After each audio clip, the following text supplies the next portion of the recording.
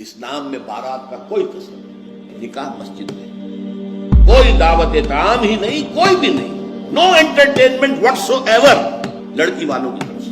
مسجد میں آئے، نکاح ہوا، اپنے اپنے گھروں کو جاؤ۔ اس کا نتیجہ کیا نکلا کہ جسے آپ جنج کہتے ہیں، بارات، اس کا تصور زیرو ہو گیا۔ اسلام میں بارات کا کوئی تصور، سیرا بندی کی کوئی تقریب، ہندوانہ تقریبات۔ بارات کے لیے عربی میں کوئی لفظ ہی نہیں ہے، یہ بھی ہندوانہ تصور ہے۔ ہوتا کیا تھا، ایک گاؤں سے جا رہے ہیں، دوسرے گاؤں سے بیٹی لے کر آنی ہے اور بیٹی کے ساتھ جہیز آنا ہے، اور راستے میں ڈاکو جو ہیں وہ لوٹ سکتے ہیں، تو یہاں سے جتھا لے کے جانا، لہذا وہ جتھا بندی کر کے بارات جا رہی ہے۔ اب وہ جا کر جنج گھر جو بنے ہوئے ہیں وہاں پر ٹھہر رہی ہے، 2 دن 3 دن عیش کر رہے ہیں، مچھرے اڑا رہے ہیں لڑکی والوں کے پیسے پہ، پھر وہ مال غنیمت سے لدے بھدے واپس آ رہے ہیں، لہذا وہ جتھا حفاظت کرتا تھا۔ یہ سارا ہندوانہ تصور ہے، اسلام سے کوئی تعلق نہیں۔ حضرت فاطمہ کو تو وداع کرانے کے لیے حضرت علی گئے بھی نہیں تھے۔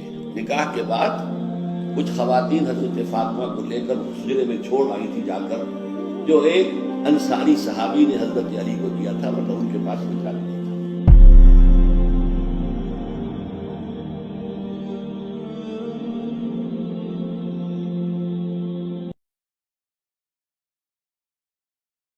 اگر ہماری گفتگو ہو رہی ہو، بحث ہو رہی ہو، میں کچھ کہہ رہا ہوں، آپ کچھ کہہ رہے ہیں، لیکن کوئی کہہ دے حضور نے یوں فرمایا ہے، فوراً چپ ہو جاؤ۔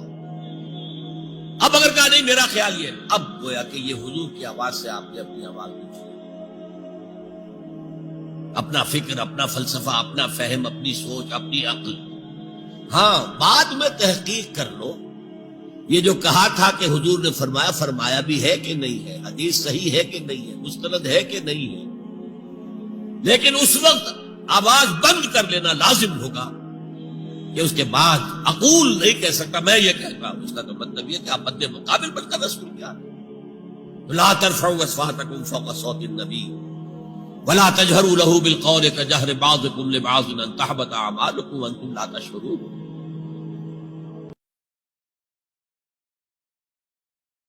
لیول پر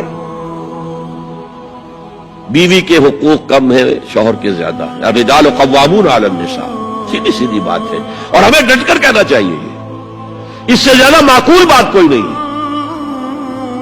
کسی ادارے کے 2 سربراہ برابر کے اختیارات والے نہیں ہو سکتے، لیکن اخلاقی طور پر جو ماں کا حصہ ہے،